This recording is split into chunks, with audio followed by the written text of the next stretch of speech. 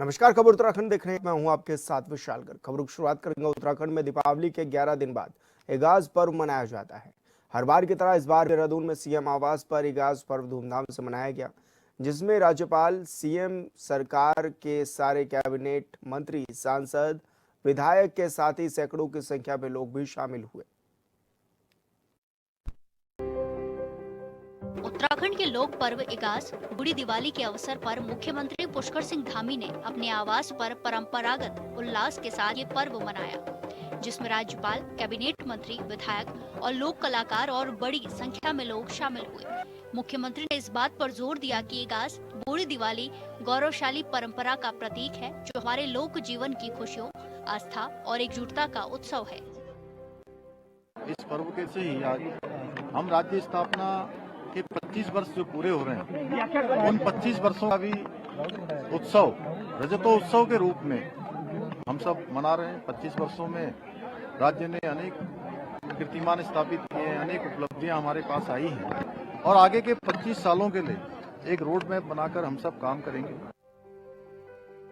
इगास पर्व को लेकर मुख्यमंत्री धामी के नेतृत्व में राज्य सरकार ने इस लोक पर्व पर सार्वजनिक अवकाश घोषित किया है और ऐसा करने वाली ये पहली सरकार है। ये निर्णय उत्तराखंड की लोक संस्कृति और परंपराओं के प्रति मुख्यमंत्री धामी की गहरी आस्था और समर्पण को दर्शाता है। उत्तराखंड देश का श्रेष्ठ राज्य बने, हमारे प्रधानमंत्री आदरणीय मोदी जी के मार्गदर्शन में हमारा राज्य उनकी प्रेरणा से हर क्षेत्र में आगे बढ़ रहा है और 25 सालों का रोड मैप लेकर वो बाबा केदार के प्रांगण में उनके मुंह से शिव रूपी शब्द निकले थे। वो शिव रूपी शब्द कोई सामान्य शब्द नहीं थे, वो शिव के धाम में निकले। देहरादून में सीएम के शासकीय आवास पर कार्यक्रम के दौरान परंपरागत नृत्य और गीतों ने पूरे वातावरण को उत्सव में बना दिया। मुख्यमंत्री धामी ने उपस्थित कलाकारों और जनता के साथ पर्व की खुशियां साझा की और कहा कि उत्तराखंड की संस्कृति हमारी अस्मिता की पहचान है। इस परंपरा को जीवित रखना और नई पीढ़ी तक पहुंचाना हमारा सामूहिक दायित्व है। और ये दशक उत्तराखंड का होगा, उनके शब्द हैं। इन शब्दों को साकार करने के लिए हमको पूरे प्राणों प्रण से, पूरे मनोयोग से, परिश्रम के साथ जो उत्तराखंड वासी उत्तराखंड में रहते हैं और जो पूरे देश और दुनिया में प्रवास करते हैं, वो सभी मिलकर राज्य की प्रगति में, राज्य की गति में, राज्य की उन्नति में अपना योगदान दें। मैं उन सबसे भी अपेक्षा करता हूँ। मैं सभी को इस लोक पर्व की बहुत शुभकामनाएं देता हूँ। नैनीताल में राष्ट्रपति द्रौपदी मुर्मू के दौरे को लेकर अपर पुलिस महानिदेशक की ओर से वीवीआईपी ड्यूटी में लगे सभी पुलिस बल की ब्रीफिंग की गई। सुरक्षा व्यवस्था को लेकर पूरे जिले में ड्रोन नो फ्लाई जोन घोषित किया गया है। नैनीताल हल्द्वानी मार्ग में चप्पे चप्पे पर पुलिस बल तैनात रहेगा। साथ ही सड़क किनारे स्टॉल और फूड वैन पर प्रतिबंध भी लगाया गया है।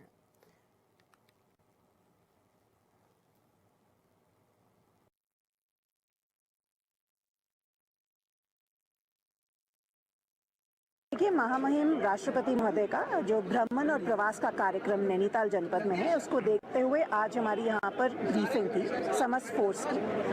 नैनीताल जनपद से जो एक रिक्वायरमेंट आया था फोर्स का, लगभग 1500 के करीब कार्मिकों की और अधिकारियों की आवश्यकता, वो हमने रेंज परिक्षेत्र के विभिन्न जनपदों से पूर्ति की है। साथ ही साथ पुलिस मुख्यालय द्वारा पीएसी के अधिकारी भी हमें यहाँ पर दिए गए हैं ड्यूटी के लिए, क्योंकि महामहिम राष्ट्रपति जी का रूट जो है हल्द्वानी से नैनीताल काफ़ी लंबा है, तो स्पेसिफिकली रूट पर और हम लोगों की सजगता, सतर्कता की आवश्यकता है, जिसके लिए पुलिस विभाग के साथ साथ मैजिस्ट्रेट, साथ ही साथ फॉरेस्ट के ऑफिसर्स को भी डिप्लॉय किया गया है, जिससे कि रास्ते में अगर किसी भी प्रकार का स्ट्रे एनिमल हो तो वो भी हम लोग थोड़ा सा ध्यान रख सकें। साथ ही साथ जितने हमारे होटल्स हैं, जितने हमारे वेंडर्स और हॉकर्स हैं, उनका भी हम लोग वहाँ टूरिस्ट हैं या वहाँ पर बैठने वाले अन्य लोग हैं, तो उनको भी हम विशेषकर चेक करने के पश्चात ही वहाँ पर खुलने दें। तो ये एक प्रयास है। साथ ही साथ अन्य व्यवस्थाओं का अगर मैं बात कहूँ तो जहाँ हमारा कम्युनिकेशन है, कम्युनिकेशन को सुदृढ़ किया गया है। जितने हमारे शैडो एरियाज थे, हमारे एडिशनल एसआरओ उन्होंने समस्त शैडो एरियाज का स्वयं भौतिक निरीक्षण करते हुए पर सेट्स लगाने की आवश्यकता है या मोबाइल यूनिट देने की जरूरत है तो वो भी किया है। महामहिम राष्ट्रपति महोदय का नैनीताल जनपद का भ्रमण एवं प्रवास प्रोग्राम है। इसमें राष्ट्रपति महोदया आर्मी हेलीपैड में लैंड होते हुए हल्द्वानी में वहां से रूट होते हुए नैनीताल में राजभवन में पधारेगी और वहां पर रात्रि विश्राम है और अगले दिन दिनांक 4 नवंबर को राजभवन से कैंचीधाम प्रस्थान करेंगे और कैंचीधाम में बाबा नीम करौली महाराज का जो कैंचीधाम मंदिर में दर्शन पूजा पाठ सब रहेगा। इसके लिए उचित प्रबंधन किया गया है। साथियों, मैं आपको बता दूं, माननीय डीजीपी साहब के निर्देशन में और हमारे सभी उच्चाधिकारियों का निर्देशन में एडीजी एलओ साहब यहाँ पर हमारा मार्गदर्शन दिया है। पीएचक्यू इंड हेडक्वार्टर्स उत्तराखंड सरकार, उत्तराखंड शासन सबका हर तरह का संसाधन मैजिस्ट्रेट्स यहाँ डिप्लॉय हो चुका है। आपने देखा डीएम साहब ने भी यहाँ पर थे। बहुत मतलब पर्याप्त संख्या में हमारा मैजिस्ट्रेट्स डिप्लॉय हो चुका है। कुल मिला के 7 एसपीस, 7 एडिशनल एसपीस, 17 सीओस, 39 इंस्पेक्टर्स और 250 से भी अधिक सब इंस्पेक्टर्स और जो है more than 1200 force, 4 company PSC, fire, SDRF, ATS, BDS और एनएसजी का टीम्स यहाँ पर लगी है। रूट का प्रबंधन किया गया है। ट्रैफिक का डाइवर्शंस हमने व्यवस्था कर लिया गया है। जगह जगह पर चप्पा चप्पे पर हमने सुरक्षा बलों का तैनाती कर दिया। और संवाददाता सुनील बोरा हमारे साथ फोन लाइन पर जुड़ गए हैं। सुनील, क्या कुछ जानकारी मिल रही है, किस तरह की तैयारियां अभी देखी जा रही हैं हल्द्वानी नैनीताल में? लगभग सभी तैयारी पूरी कर ली गई है, चाहे वो सुरक्षा को लेके है, चाहे वो अन्य इंतजाम को लेके है। अगर बात करें सुरक्षा को, तो सुरक्षा के मद्देनजर तकरीबन 1500 से के लगभग फोर्स पूरे इस मुहिम में लगाई गई है। अगर बात करें हम इनकी नैनीताल पहुंचने के दौरान के क्रम की, तो 4 बजे करीबन 4:10 पे वो हल्द्वानी हेलीपैड पहुंचेंगे। उसके बाद वो राजभवन प्रस्थान करेंगी। वहां से प्रस्थान करने के 4:20 में प्रस्थान करने के बाद राजभवन पहुंचने के बाद 125वां राजभवन का स्थापना दिवस है, उस प्रोग्राम में वो शिरकत करेंगी। और उसके बाद अगर 4 नवंबर के प्रोग्राम की बात करें तो 8:30 बजे वो जो राजभवन का मुख्य द्वार है उसका शिलान्यास का जो प्रोग्राम है उसको करने के बाद वो तकरीबन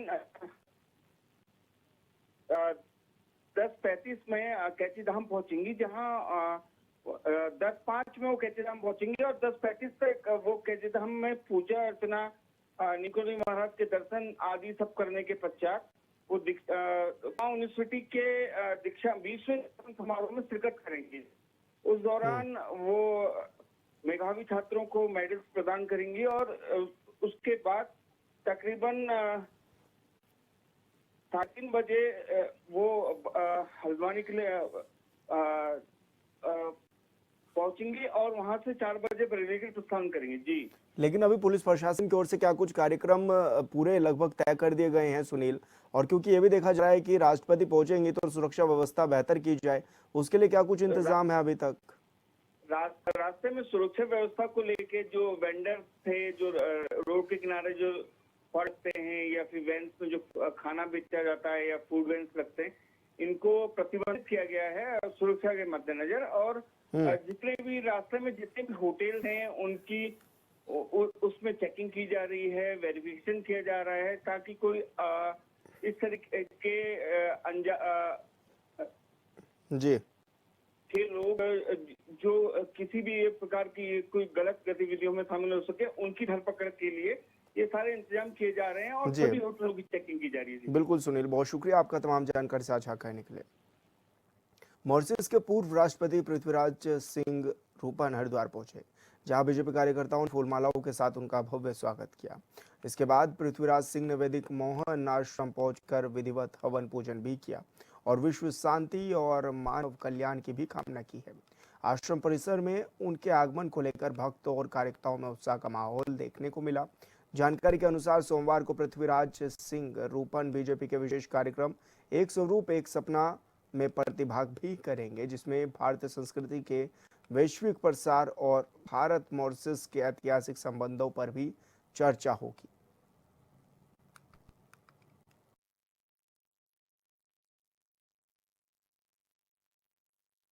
और यहाँ रुके छोटे से ब्रेक के लिए, जल्द होंगे हाजिर।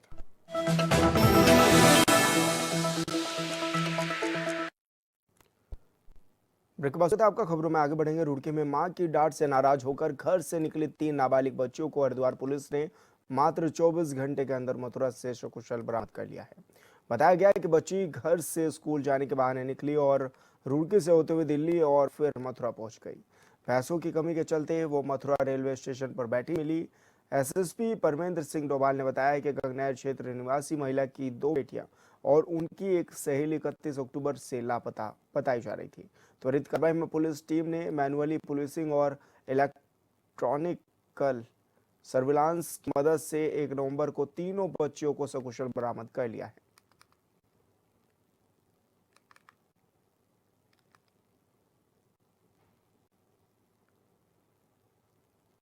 गंगनहर में 31 तारीख को पुलिस को सूचना मिली थी कि 3 बच्चियां नाबालिग जो थाना गंगनहर क्षेत्र से ही घर में बिना बताए चली गई हैं। मामले की गंभीरता को देखते हुए थाना गंगनहर में इंस्पेक्टर कोतवाली द्वारा तत्काल अभियोग पंजीकृत किया गया और एसपी देहात और सीओ और इनकी पूरी टीम के द्वारा 24 घंटे के अंदर इन बच्चियों को सकुशल मथुरा से बरामद किया गया है। इसमें जो इनसे प्रारंभिक पूछताछ हुई है उसमें ये बात बिल्कुल प्रकाश में आई है कि घर में जो पिता की डांट से थोड़ा ये परेशान थी, उसको लेते हुए ये लोग घर से निकली थी।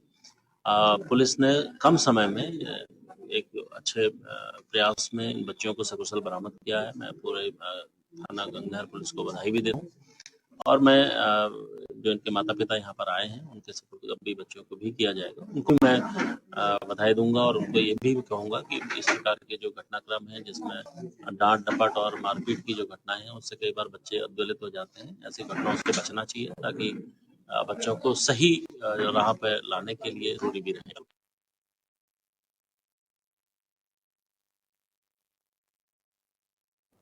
जिला विधिक सेवा प्राधिकरण के सचिव आलोक राम त्रिपाठी ने नरेंद्रनगर और मुनि की रहती पहुंचकर कई विभागों का औचक निरीक्षण किया।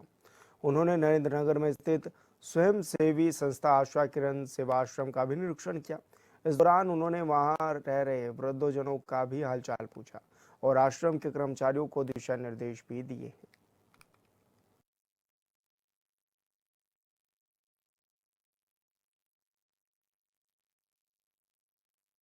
सबसे पहले तो मेरे द्वारा 49वीं महासिद्धपीठ कुंजापुरी मेले का वहाँ पे भ्रमण किया गया और उसमें हमारे जिला विधिक सेवा प्राधिकरण की ओर से भी स्टॉल लगाया गया है जहाँ पे लोगों को कानूनी जानकारियाँ दी गई हैं। इसके अलावा विभिन्न स्वयं सहायता समूहों के स्टॉल का हमारे द्वारा विजिट किया गया। आयुष विभाग की ओर से स्टॉल्स लगाए गए उनका और मेन उद्देश्य हमारा था कि हम मेले में पहुँच के जो विधिक सेवा प्राधिकरण की ओर से जो हमारे स्टॉल लगाया गया है उसका निरीक्षण करें और वहाँ पे जो आम जनता आती है किसी प्रकार की कानूनी सहायता के लिए तो हम उनकी सहायता कर पाए।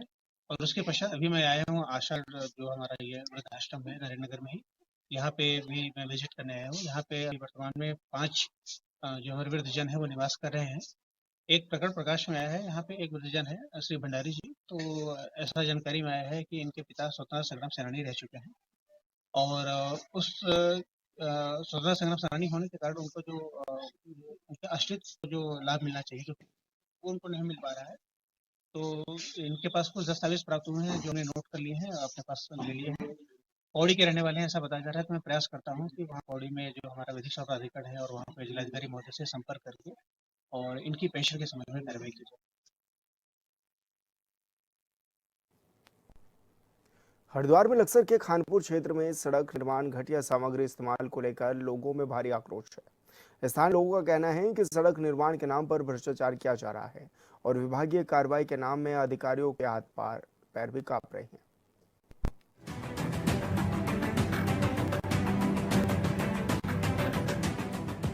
हरिद्वार में खानपुर क्षेत्र के सैकड़ों गांव को जोड़ने वाला लेंड्रा रेलवे क्रॉसिंग पुल आखिरकार 5 महीने बाद तैयार हो गया है, लेकिन अब पुल के दोनों छोर की सड़क निर्माण को लेकर ग्रामीणों में भारी नाराजगी देखने को मिल रही है।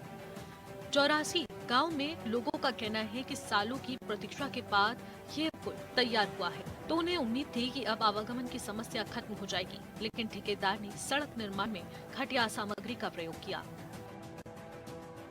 साहब एक बात है, ये जो पुल बनना था 6 महीने से, मतलब इतनी परेशानी नहीं हुई, बहुत ज्यादा परेशानी नहीं हुई। आस पड़ोस के जितने गांव लग रहे हैं, मतलब गांव मेरे ख्याल से 20-25 गांव लग रहे हैं आस पड़ोस में। और जो है एम्बुलेंस, शादी वादी, कोई गाड़ी, मतलब इतनी असुविधा हो रही है, आने जाने में बहुत दिक्कत हुई। दिक्कत क्या है जी, देखो क्या तो माल डाल रहे हैं इस रोड पे, ये कोई बिल्कुल बेकार माल डाल रहे जी, कुछ भी माल नहीं आया। ये तो अभी टूट रहा जी, अभी देख लो अभी टूट रहा है। तो बारिश इसमें तो हल्के हल्के वाहन, देखो क्या आपको दिख रहा होगा, आप देख लो एक बार, हल्के वाहन में चल पा रहे हैं, ये टूट जा रहा है अभी। घटिया क्वालिटी की सामग्री, घटिया क्वालिटी जी, बिल्कुल एकदम घटिया क्वालिटी लग रही है इसमें। ये चल ही नहीं पाएगा जी, ये चलता ही नहीं, बरसात तो पकड़ने का ही नहीं। ग्रामीणों का आरोप है कि ना तो मानकों के अनुसार काम हो रहा है, ना ही नियमों का पालन किया जा रहा है। सड़क के दोनों ओर करीब 5 फीट गहराई की गई है, जहां मिट्टी और पत्थरों से कोई पैचिंग तक नहीं की गई है। ग्रामीणों को आशंका है कि भारी वाहनों के चलने से मिट्टी खिसक जाएगी और सड़क फिर से टूट जाएगी, जिससे रास्ता बाधित हो जाएगा। ग्रामीणों का आरोप है कि ठेकेदार मनमानी कर रहा है, निर्माण कार्य का इंटीमेशन डॉक्यूमेंट नहीं दिया जा रहा है। लेकिन जिस तरीके से रोड का निर्माण होना चाहिए था, उस तरीके से रोड का निर्माण नहीं हो पा रहा है। आप देख सकते हो कितनी घटिया यहाँ पर सामग्री लग रही है, क्योंकि थर्ड क्वालिटी का माल यहाँ पर डला है। पहले से मिट्टी पड़ी थी, मिट्टी के ऊपर ही यहाँ पर जो ये रोड बना रहे हैं, उस मिट्टी के ऊपर ही रोड बना रहे हैं। हाँ, डामर उसी के ऊपर लगा दिया। आप देख सकते हो जो मतलब इधर ये डिवाइडर बना हुआ है, मतलब जिसे डिवाइडर भी कह सकते हो, ढैंग बनी हुई है। जब बारिश होगी या कुछ और दिक्कत आएगी तो पानी सबसे पहले यहाँ से आएगा, फिर सड़क टूटनी चालू हो जाएगी। लेकिन जिस हिसाब से सड़क बना रहे, 1 महीना भी सड़क नहीं चल पाएगी। देखो जी, ये तो गांव के या जितने भी आसपास का गांव के कम से कम 50 गांव को ये पुल जोड़ता है। उनके जिम्मेदार को पहले से देखना चाहिए था। 6 महीने से यहाँ पे दिक्कत का सामना करना पड़ रहा है सभी ग्रामवासियों को, जितने भी गाँव पड़ते हैं। आगे कोई देखता नहीं, फिर अधिकारियों की भी कुछ इसमें लापरवाही हम कह सकते हैं। भ्रष्टाचार ही कहेंगे इसको, क्योंकि आप देख रहे हो, क्योंकि 6 महीने पहले वैसा पड़ा था। नईम भाई ने पहली बात बता चुकी, एम्बुलेंस वालों को कितनी दिक्कत यहाँ पर मरीजों को हुई, और अब किसानों को भी बहुत ज्यादा दिक्कतों का सामना यहाँ पर करना पड़ा है। वर्षों की मांग के बाद निर्माण कार्य हो रहा है, लेकिन उसमें भी भ्रष्टाचार का आरोप लग रहा है। लोगों के प्रति भारी नाराजगी है। लिहाजा अब देखने वाली बात रहेगी कि प्रशासन इस घटिया निर्माण पर क्या कार्रवाई करता है, ताकि वर्षों की प्रतीक्षा के बाद बना ये पुल और सड़क सुरक्षित रह सके। लक्सर से गोविंद चौधरी की रिपोर्ट।